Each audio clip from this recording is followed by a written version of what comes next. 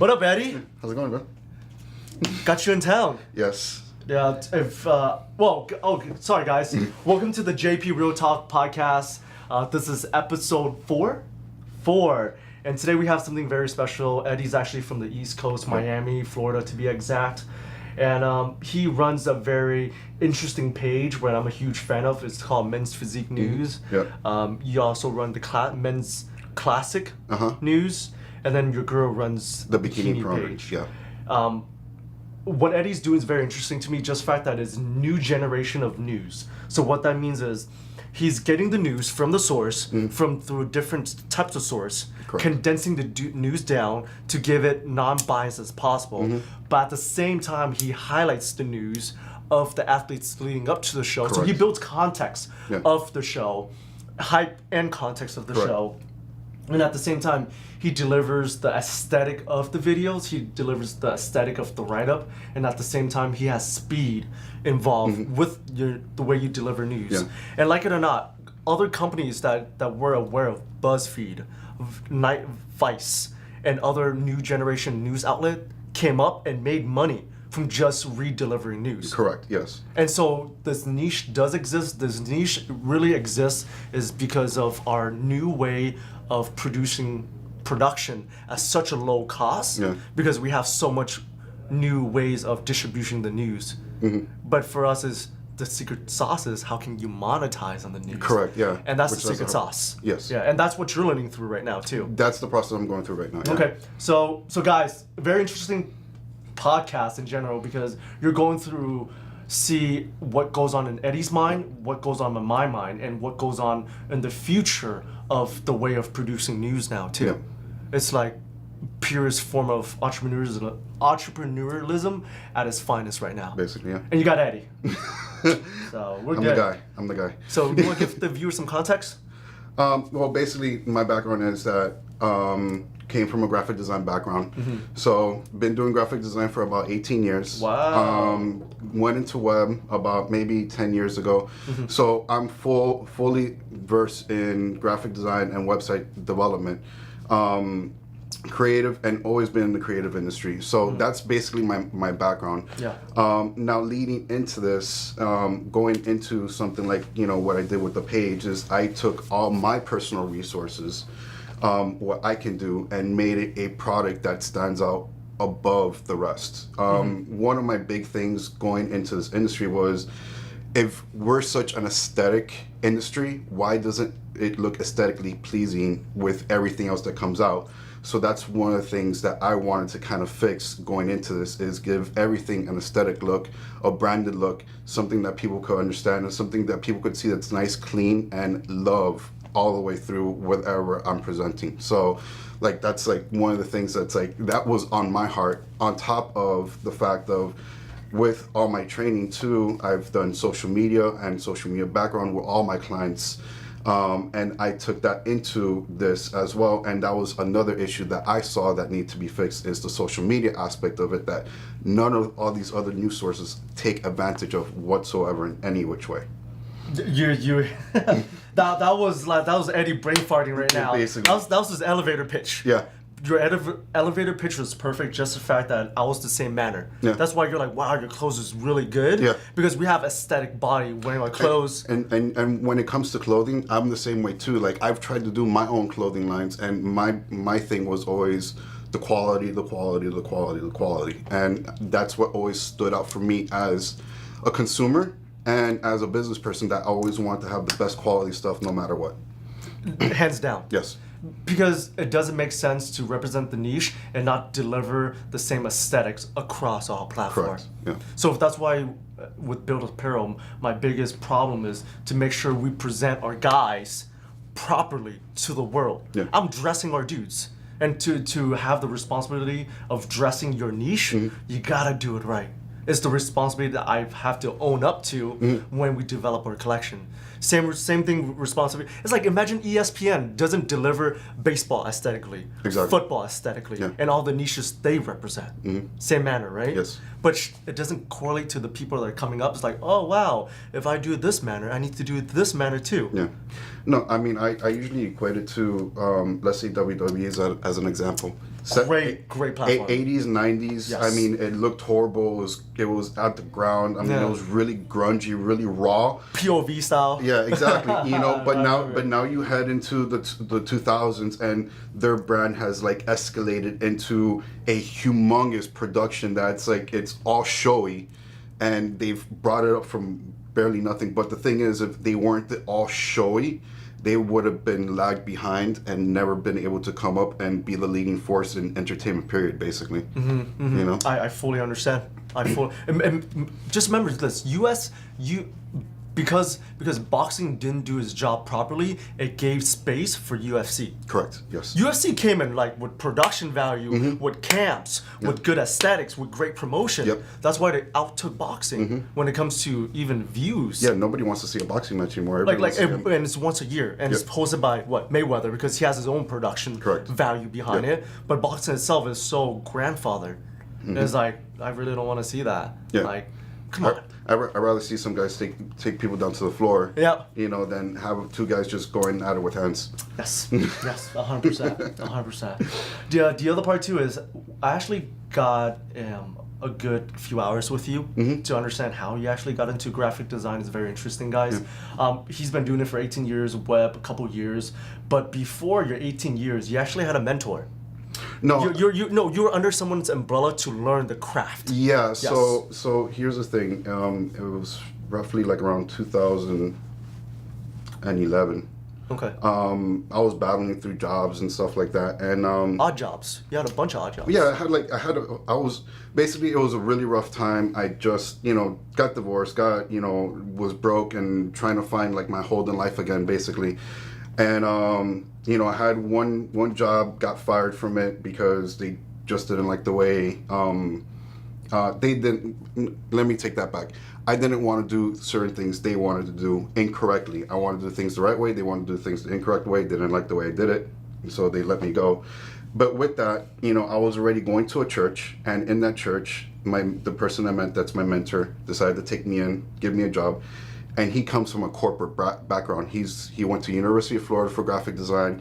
He learned lettering. He learned design. He learned contemporary. He learned everything. So basically, everything that he knew, he kind of like taught me the ropes. He taught me about corporate branding. He taught me about pitching a look, making a design, the same design in 10 different ways, those kind of things that really bring out your artistic value and give you great direction in what you're trying to do visually with your design, so he gave me such a huge push in the right direction to where my craft is right now, basically. I fully understand. Structure is huge, and I have to say, Built's current success is based on my back-end structure in corporate for 6 years. Because like it or not, we're humans, and humans are based on habits. And with a good mentor, with a good structure, we have good habits to develop on. Yeah, I mean, if you see my artwork from before I met him to after, it's like night and day. Like, my fonts were cleaner, my design was cleaner, even though I did produce good work, it just was like maximized to the 10th power, just by underneath his wing. Amplifying the eye. Yeah. Yeah, I fully understand. So it seems like, so would you say being a graphic designer your bread and butter through this whole journey? Right now, yes, it is. Yeah. Because you had a lot of odd jobs, but then it's something that you honed in. Yeah. Why did you hone in so deep in graphic designs? Because it's something I love doing. Okay. I love the fact of getting behind a project that I'm excited about and making it visually presentable to the consumer. I love coming up with ideas. I love the creativity behind it. So that passion will never leave me whatsoever. So that's why I always hone into graphic design, especially with my eye. Like, I'm extremely picky with design work. I'm always criticizing design, even my own stuff, so it's just something that would never leave me. It goes the same thing. I used to do lighting production. I go into a concert, I'm like... You're nitpicking. I nitpick everything, and it would never leave me. So like, that's another one of my passions too, but it's not one of those I could pursue. But with design, it's just, it would always be with me. It would never leave me. Done. We can take a commercial break, guys. We'll be right back. Welcome back, guys. Welcome back. So we're back. Actually, we just found out what you love, which is huge, and you found your love very early in stage of your life too. Yeah. So 18. You've been designing for 18. So how young are you right now? I'm 35. 35. So you're still extremely young. You're a baby right now. Yeah. You're a baby. Yeah, So I'm a baby with gray hair. So, but the craziest part is you found your love for designing about Yes. your late 20s. No, actually, well, before I even started graphic design, I was a graffiti kid. Respect. So I mean, loved graffiti. Yeah. Loved. Dude, I love. See that's where The rawness. Yeah. Yes. See Go for it. that's where it kind of sparked for me. It was that it's like these guys are making so many creative things just off of lettering. You know what I mean? With no erasers. With no erasers, Fuck. just and just how it go on, and like how people paint the techniques and everything. Yeah. Like I gravitated to that, but I mean, when I turned 18 in Miami, there was a law that if you're over 18, you get caught with a spray can, you get automatically arrested. I'm like, yeah, that's federal time. Yeah, no, I'm not doing that. That's why I went from this to like, okay, let me like chop it up on the computer. You know, and you know, the passion just transferred. It transferred from a wall to digital, basically. Okay, interesting. So now going back, did your parents nurture your creativity, or something that you gravitated towards through nature? Yeah, you know, my dad would buy me like Prismacolors. He'll buy me like sketchbooks. So respect. So he'll nurture it. You know, he'll let me do that kind of stuff. Mine were crayons. Yeah. Like literally, we got crayons. We got crayons when it became like a Sharpie, like a pen version. Yeah. So like higher end crayons, I have to say. Yeah. And I have huge stretch books. I was the kid that bought a comic book at the Vietnamese supermarket about Dragon Ball Z. Yeah. I came back. I put a white piece of paper on it because we learned drawing through modeling, right? I modeled Goku and I sold it to my friend for $5. Oh. And then if he wanted to color it, I'll color it for another $2. The funny thing was I was a weird kid, man. So it's like in high school, I was the raver kid with a sketchbook. Yes, so I'll hang out with. Those are my homies, bro. Yeah. Those are the homies, yeah. So I'll be hanging out with all the raver kids, and then all of a sudden, like I'll go around the corner and I'll hang out with all the graph heads. Yeah. So it's like I'm the only graph head with like 32-inch cannons, like wearing Jenko pens. Bro, if you know what Jenko pens, you are old. Okay. I don't know what Jenko pens are. Yeah. You know, I'll be wearing those things. It was just funny, man. I'm like this little raver kid with like spiky hair in the front and everything like that. So hired. But you know what's the craziest part? Those earlier years as we get older, like those molded our habits. Yes. Remember too, I was that kid in school that had a backpack that was graffitied through pens that were paint. If you ever own one of those, and then they're like dope backpack. I was like, it's $20. Yeah, and you market it. Yeah. And I'll get it done at the end of the day for $20. I'll do the same thing too. I'll be in class like doing it for them, like. Yeah, that's the kid. We'll just swap bags for a class, and then you'll get it back after. You'll get it back, graffitied up with your name on it, fresh. Exactly. And I was that kid. The craziest part is I'm developing build. I get to indulge in that old JP. Yeah. And it gets exciting for you. That's why you fall in love with projects. Yeah. Because it goes back to your old passion. Interesting. Interesting. All right. So that's that same kid. Yeah. Right? We understand each other now. Yeah, basically. Yes. So now let's dive into the business aspect of it, because I'm pretty sure there's a bunch of young entrepreneurs out there, or even not even entrepreneurs, some young aspiring kids that have dope ass art, but they number one, don't know how to pitch the idea. Yeah. Number two, know how to curate a project to pitch to this idea. And number three, to network, to get myself in front of people to make money off of. Because to make money, you need clients. Of course. So run through this idea for you. So you made a passion into a way of living. Correct. So give us that little timeline. What happened there? Well, I mean, I've always toyed around with the graphic design company. I did it like 2 or 3 times. Even when I was in Hell and High Water in 2008, I tried mine, and all of those failed. Okay. And why? And there's the reason it failed, because, well, my first one was, let me advertise like on Craigslist and try to get whatever clients, but then all the clients will be shady and like it'll be all weird. It never really pushed through because all I was looking for the dollar signs. And then on the second one was the same thing. I had a couple clients, but then I kept on pushing, and it was like, let me just get to work, and it never took off. The third time I tried doing it, was completely different. And I say completely different because I took a different aspect in it. Instead of me going after the money, my very first client was actually an old client that I did a logo for her, but I literally go to her, I'll do your logo for you for free. And we'll go through the entire process. After that, she hired me and I branded her entire company. Respect. You know, so for me, it was not the money, it was the relationship. Interesting. And that relationship helped me build something bigger than me just chasing the money.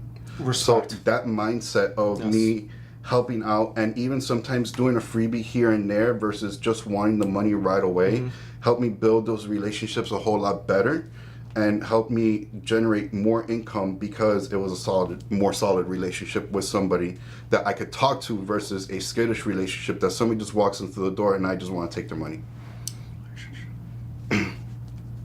Based. No, there's a lot of data for me to input right there too. The reason I take notes, Eddie, is because we're gonna go through so many nuggets. He hears me use this word, and these nuggets, because the vibe is gonna be so high within this thing, where I get diluted within the nuggets, and for these right here are huge takeaways where the viewers need to understand and hear. For number one is, in the beginning, you start out your career with a bunch of transaction base. You're going for that fast buck.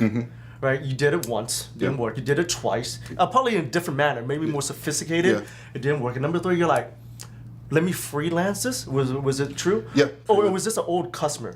Well, like it was an old client. Yeah, like she was referred to me, and I did a couple things for her in the past. Like I did her very first logo. Yes. You know, did it super cheap or whatever. But then she did her own thing, and I saw her company. She saw her grow. Well, no. The thing is, like, she was trying to grow her company, but it wasn't growing, and I knew why.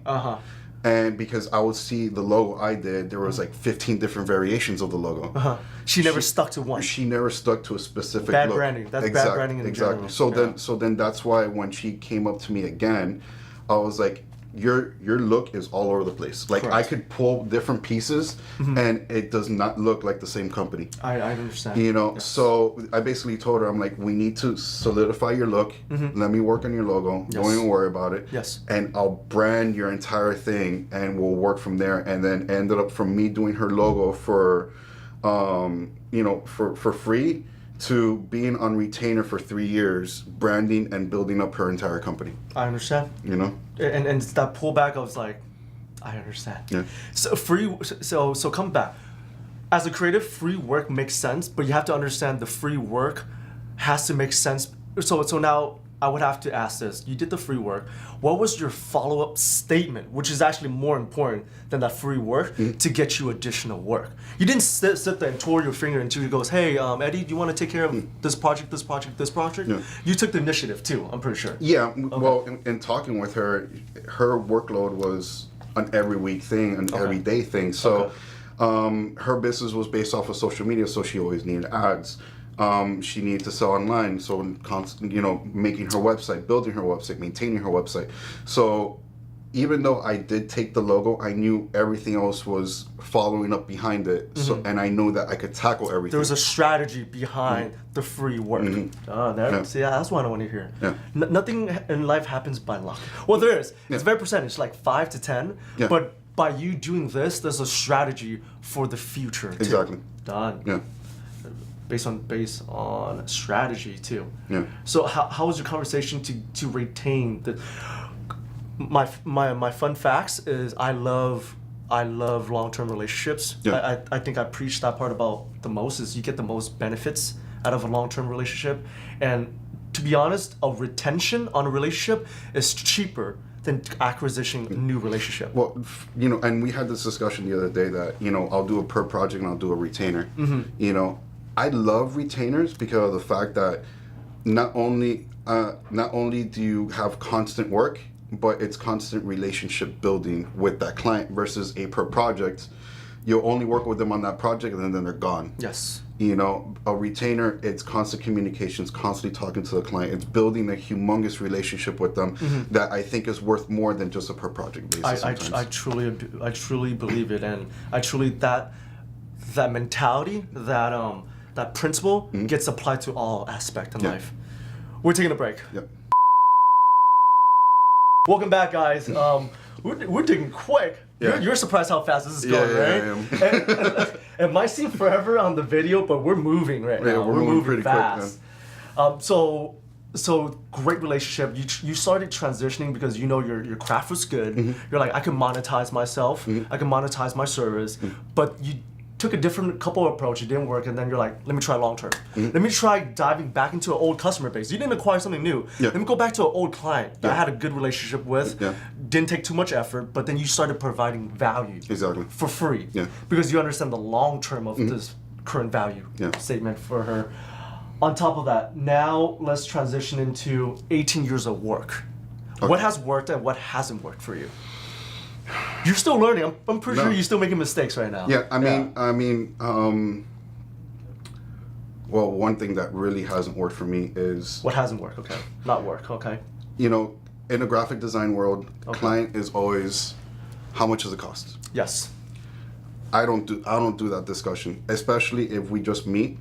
I hold off. I never say, I'm going to give you a price. I say, let me think about it. Let me review everything, and let me get back to you after you evaluate our conversation. You know. Yes.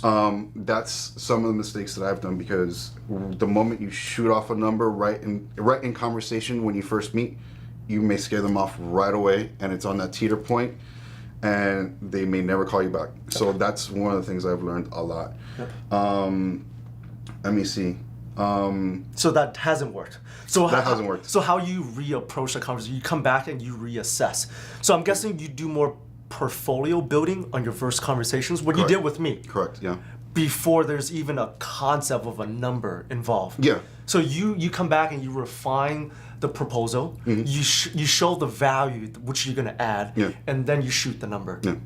And one important thing for me is, I mean, it doesn't happen all the time, but I always try to meet my clients in person.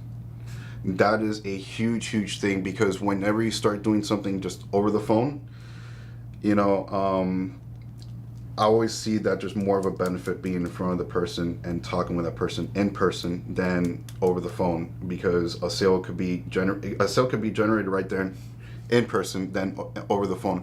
You know, over the phone, it's, oh, let me think about it. They go to a computer, they go research, and, you know, 5 conversations later, they're like, oh, well, we're not going to do it.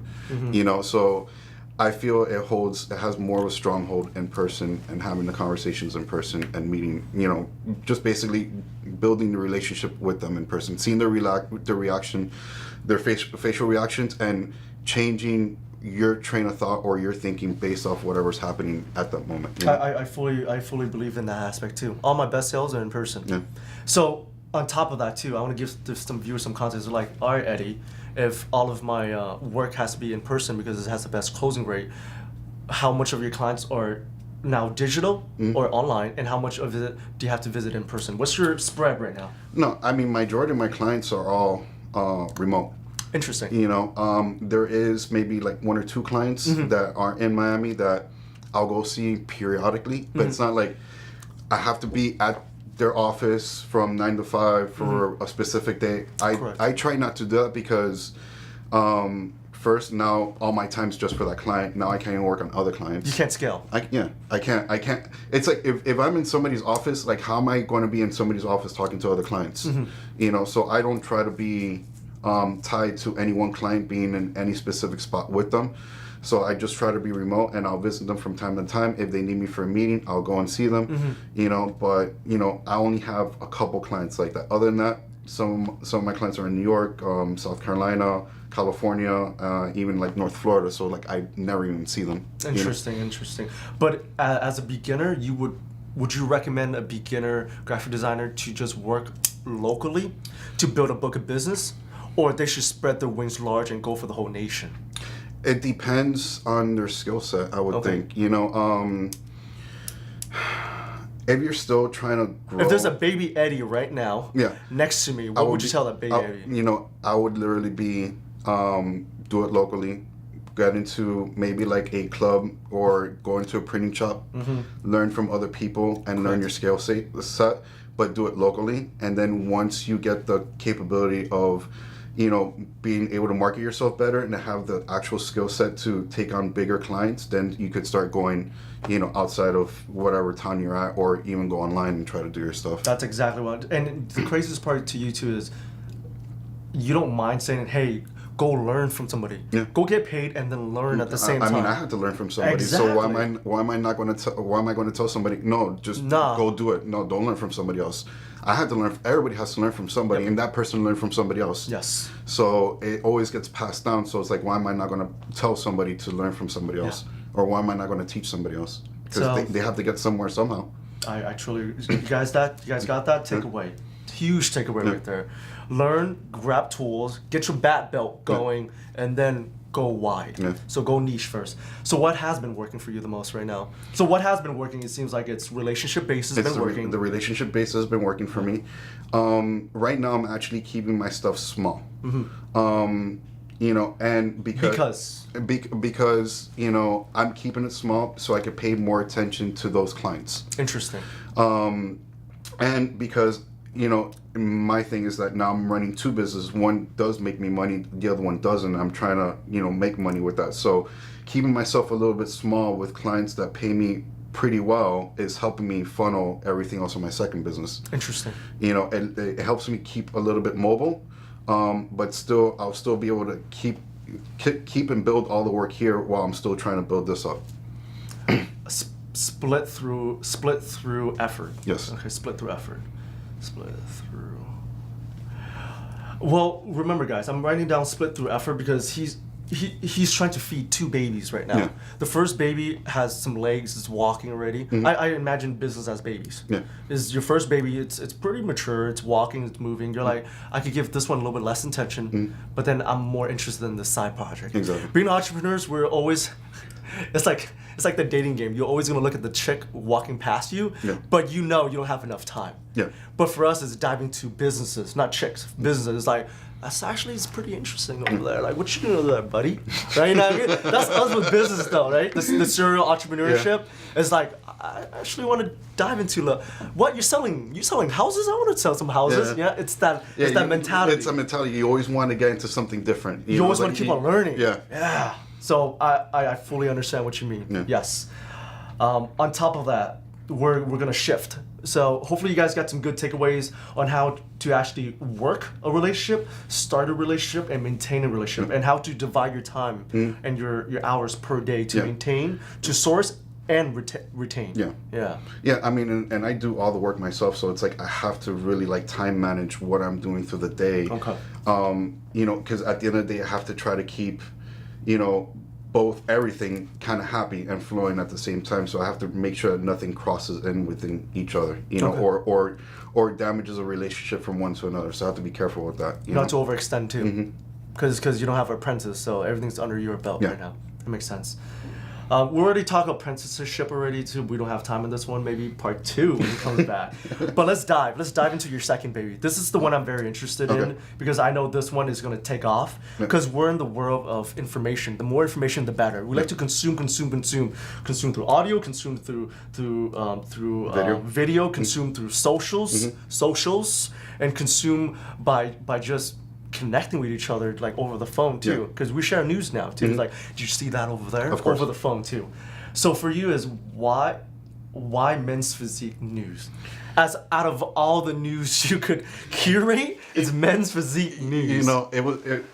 It's kind of like a funny story on how it even happened. Yes. I was literally at a gym opening and I was talking with one of my buddies. Yes. It was actually Pittsburgh Pro that was coming up, and we were there talking. It's like, who do you think's going to win? George Brown's going to win. Whatever the case. I forgot who it was that was competing that day. Correct. And I literally go on Instagram and I'm like, is there anything for news? And the only thing I knew was this other page, Men's Physique Pick, and but that didn't provide any news. It was just pictures. It was just pictures. Yes. So I was like, man, let me just search to see if there's anything called Men's Physique News. And I searched and there was nothing. No, let me start the account. Did you try Google too? Yeah, I tried everything. Everything. No, it wasn't anywhere. Did not exist. So I was like, this is weird because I don't know how many times I've tried to start something and the name that I want is picked. I'm like, this is just not happening. So I literally started the page and just started building it, and it just started catching wildfire because my main thing was like I see how everybody else ran their pages and nobody gave credit to anybody, nobody shared anybody. I'm like, I want to change the game by starting this, and I figured that this would be a great outlet to do it. So I changed the game and I did it the way that I felt would be right, and it just caught wildfire from there. I truly believe it. I had the same frustration, buddy. Yeah. I had the same frustration. But we're gonna take a break real quick, guys.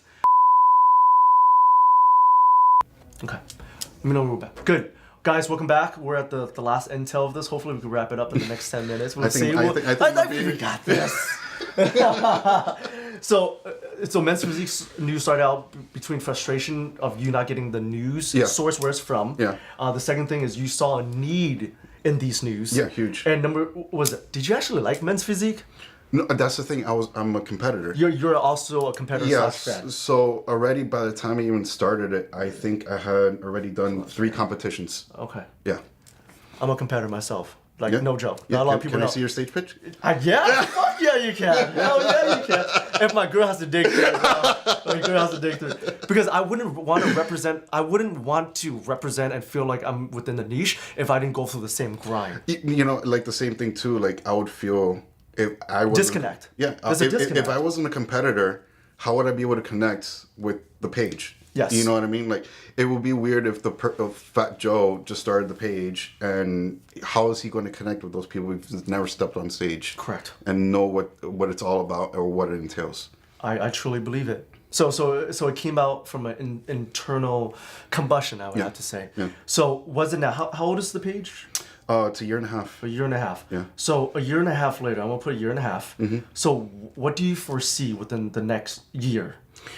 The reason I say not 5 years, I say year, because a lot of stuff is gonna happen within this next year in general. Yeah, I mean, as far as the next year, I foresee, us trying to go to more shows and being there live for those shows, because the live aspect of it, live. And that's a huge deal. Yes. And we see such a huge interaction, engagement too. Yeah, when we're there, versus us trying to find the information, asking people to send us pictures or whatever the case is. But if we're physically there, it makes a huge difference. Mm-hmm. So that's one of our goals. Another goal is to build our website to a point that it is a huge informational site for the athletes and for the shows. Mm-hmm. Because we actually want to do something that we feel no website has done, which is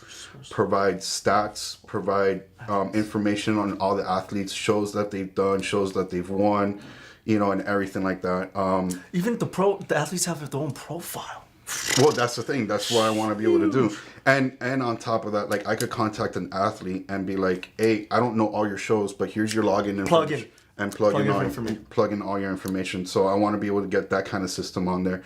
And it completely expanding the YouTube, like blowing it up with I started a show called In the Now and Weekend Review. I love it, by the way. I'm a fan. It's primitive. I told him he needed a sexy girl in the backdrop making coffee or tea, but he hasn't implemented it yet. Hopefully the next episode, guys. Because remember, we talked about this. It's content and entertainment. Yes. Yeah. You have good content. You just need to be entertained. Yeah. At the same manner. Yeah. I mean, and that's the thing. I'm still learning that part. Yes. I'm still learning to be in front of the camera and trying to get the information and prepping myself and everything like that. So I'm still learning that whole aspect. But growing the YouTube, that's why I'm forcing myself to do all that stuff, because YouTube's a huge outlet when it comes to that, especially with video, and has a humongous infrastructure. That you could just grow and get a humongous audience other than what's on Instagram, I truly believe it. Yeah. Okay. So, those 3 things are... But how are you gonna? So you're gonna use YouTube more of an archive, or YouTube more of that? Hey, I could be on TV, but I don't need to be on TV. No, well, the thing is like I'm going to use YouTube more as, let's say, how Sports Center runs. Okay. That they'll be able to have their shows and give the news on specific events or games or shows that are coming up. Your version of the news. Yeah, basically. Okay. And if you notice, it's not athlete driven like all the other pages. It's actually show driven. So if a show's coming up, I'll highlight the show and the athletes going into that show. And the weekend review would be the highlight of the show that happened, the results, and what transpired during the show. So it's going into and leading out of the weekend, versus other news mediums in the same industry only highlight the athletes. I truly believe it. I truly believe it. And what's last? So you got live for interaction and engagement, website to become a resource for the athlete, you're giving back, smart move. YouTube for your version of the news, your 2 cents in it, because everyone loves commentary too. Of course. Yes. And then of course just make try to break the 100K ground on Instagram. Okay. Which is pretty close. I think I'm already like at 71. 70 and change? Yeah. On. My question, what's up with audio? Like I've thought about podcasts. I've actually had conversation with a couple athletes to do a podcast. I think once I move, to SoCal, that will be a whole lot more possible. And the only reason why is because I don't want it to be a podcast of just me. I want to be able to invite other people into the podcast and have conversations. And the main thought process behind that podcast was information for the athlete that doesn't know anything about the sport.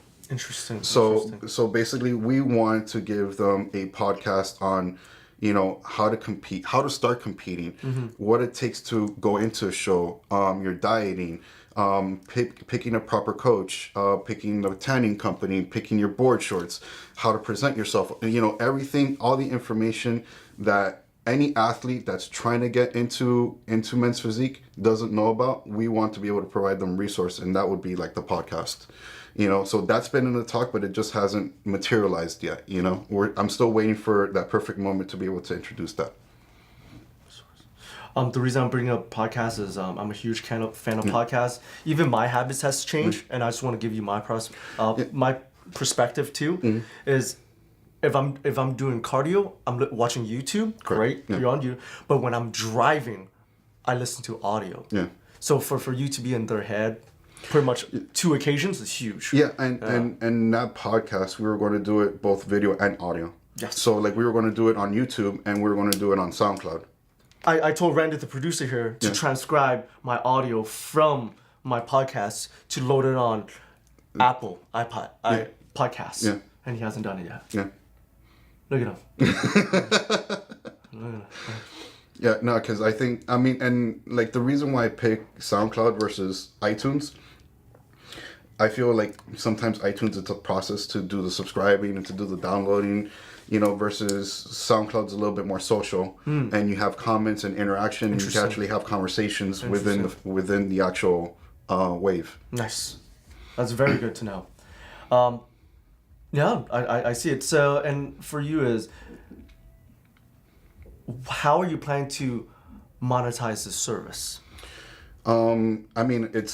It would be like how any other news feed would be, which is sponsorships. Sponsorships through, whether it be shows, videos, series, like if they want to buy into the show in the now, they could do that. If they want to buy into, if we're going to be covering a live show, they could do that. So like any post, any videos, any production interviews, or whatever the case in and throughout that show would be sponsored by that one sponsor.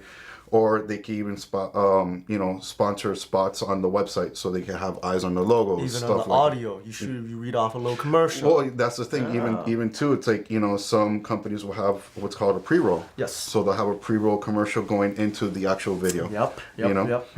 So those are like other things, but you can also like monetize through YouTube and and try and AdWords and stuff like that. But at the end of the day, that's not as profitable. Even because you want control on the way you monetize. Yes, too. exactly. Yeah. And then even like I said, the reason, if you kind of know, is Eddie for next year is going through all these outlets and producing out these outlets, because he could insert sponsorships into these outlets and become a value to the businesses or the people that you want to interact with. Yeah, so I'm trying to grow certain aspects of the certain arms of what would be MPN, whether it be YouTube, Instagram, and my website. So whenever I get sponsorships, I give them options. Yes. You know, but I have to grow the eyes on all three of them options. in order for people to buy in. So once I build that up to the point, then it's much easier for, you know, I'll pay whatever, so just so I can have my logo on your website. I understand. Or I just want to be on the pre-roll for this one video, you know? I understand. I'm excited for you. I know it's gonna be huge and successful because I actually got to know the guy behind the production, and you're gonna be extremely successful. Thank you. The only way you're not gonna be successful if you sleep in that day. Yeah, and I don't sleep. I work every day, man. It doesn't stop, man. It doesn't stop. I'm gonna close this off, guys. The biggest takeaway you guys should get from this, and correct me if I'm wrong, learn your craft. Yes. Dive into what you like, what gets you engaged, what you love. Yeah, you have to. First of all, you have to learn your craft, and you have to love what you're doing. If you don't love what you're doing, you're not going to put the passion behind it whatsoever. You're going to question your why. Why am I doing this? And that's the last thing you need. That's in like life. working for somebody else. I'm like, I don't want to work here because I need my paycheck into 9 to 5. Exactly. Worst scenario you want to be in. Why would you want to go into something that you feel that way? And the second thing that you guys have to understand is he did a lot of trial and error on how to be a businessman within the graphic design niche. He tried a bunch of ways and it failed. And the one way was through relationship base. Yeah, I mean, I've tried several, all failures. And you know what? Like, if I didn't have those failures, I wouldn't be where I'm at right now, you know, being just as successful. Because if I didn't have that, I probably wouldn't even be where I'm at right now. Yes. Period. I truly believe it. And what kind of works, we talked about what doesn't work, and what kind of works was focusing your attention to what does work and what you see the long-term value. At the same time, if you're going to move into a next project, aka what you're doing with Men's Physique News, you have to understand that, hey, if I'm going to move into the next project, I have to cut down my current work, or else both work gets suffered. Yeah, which is huge. I mean, and the thing is, like, I know how to juggle that because before I jumped into my design firm full time, I was working another job. That job required more than 40 hours for me sometimes. Yep. I would sometimes work 24 hours. So I had to really manage my time, making sure my clients were happy and making sure my job was happy. So I'm doing the same thing now too with... Because you had the mistake. Same here. Go through mistakes. Yeah. And the very last thing, guys, is future expectation. Men's Physique News, I know it's going to blow up because I know the guys behind the camera now, or behind the production. And for the future is it will make money, but right now let's connect the dots. Yeah. Let's provide resources. Let's let yourself be the voice of these niche. Yeah, I mean it's just scratching the surface, but I know I still have to build it up more. Yes. To get it fully. And you understand that journey too. Yeah. I truly believe it. Any looking at straight at the camera, anything, any feedback, any questions, any last remarks for young aspiring graphic designers? Man, you know, that's just the thing, you know, like what I said before, do what you love, make sure you know your craft, and go all out, and don't stop until you get your goal. And failing is okay. Yeah. Yeah, you have fail to fast. You have to fail. You know, fail fast, but execute quick. Yes. You know, even quicker. Because you fail fast, don't dwell on your mistakes. But once you fail, already execute on the next one, and don't dwell on your failure. And execute quick, bro. That should be like your quit of. Yeah, fail fast, execute quicker. Yeah. Oh, God. Thanks for your time, buddy. No worries. We condensed this motherfucker down quick. And hopefully you had a good time. Yes, I did. And this is a lot of value for you guys. See you guys in episode 5. And click subscribe on goddamn I'm goddamn serious. It's that button like right down there. Yeah. Thanks for your time, buddy. All right.